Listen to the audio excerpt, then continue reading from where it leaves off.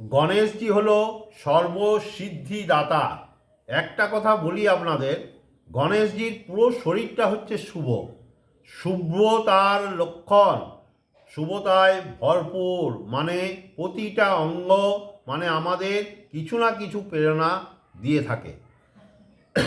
আপনি শাস্তে পড়বেন, পেয়ে যাবেন।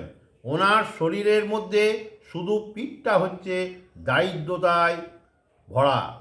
পিঠের দিকে যদি তাকানো হয় তাহলে দারিদ্র হয়ে যায়।